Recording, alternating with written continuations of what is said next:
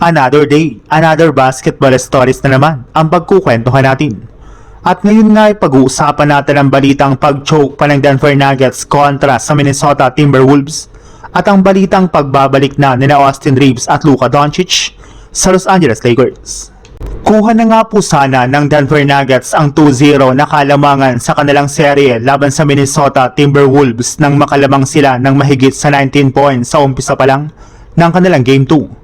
Ngunit kahit gaano man nga po kaganda ang kanilang umpisa ay nasayang lamang nga po ang effort ng kanilang mga players matapos silang mag-choke at matalo pa sa score naman 19-114. Nasayang nga po dito ang nagawang performance ni Jamal Murray na nakapagtala sana ng 30 points at si Nikola Jokic na kumuha naman ng 24 points dito. At isa nga po sa mga sinasabing dahilan bakit nasayang ang napakalaking kalamangan ng Nuggets sa umpisa ng kanilang laro ay ang paglamya ng kanilang depensa sa ilalim ng basket. Nahirapan nga po sila na pahintuin ang mga ginagawang inside points ng Minnesota Timberwolves sa pangunguna nga po ni Anthony Edwards na nakapagdala ng 30 points dito.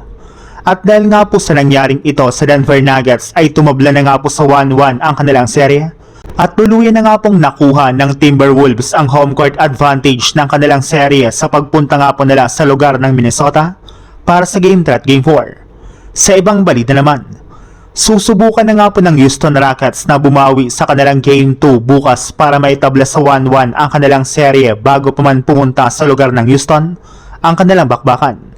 Pero hindi rin naman nga po yan papayagan na mangyari ng Lakers dahil bago pa man nga po mag-umpisa ang kanilang Game 2 ay puspusan na rin naman nga po ngayong araw ang kanilang practice.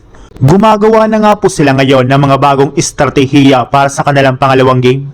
At habang nagpapractice nga po ang Lakers sa loob ng kanilang pasilidad ay namataan nga po dito ng media na sumama na nga po sa kanilang training ang dalawa sa kanilang superstar na sina Austin Reaves at Luka Doncic. Makalipas nga po ang ilang linggong pagre-recover at pagpapahinga ng mga ito mula sa kani-kanilang mga natamong injury ay nagsimula na nga po silang pakondisyonin muli ang kanilang pangangatawan.